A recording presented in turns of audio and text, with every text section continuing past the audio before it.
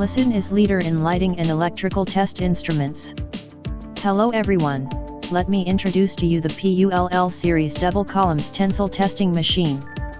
It is computer controlled and widely used for mechanical performance testing of non-metal materials such as rubber, plastic, wire and cable, textiles, waterproof materials, non-woven fabrics, as well as metal wires, metal foils, metal sheets and metal bars.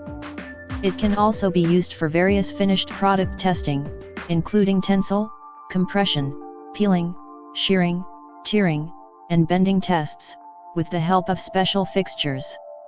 It can also automatically calculate parameters such as tensile strength, yield strength, elongation, constant elongation stress, constant stress elongation, and modulus of elasticity according to standards such as JIS, ASTM, DIN, GB, etc.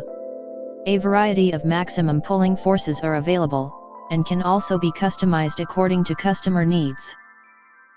Thank you for watching.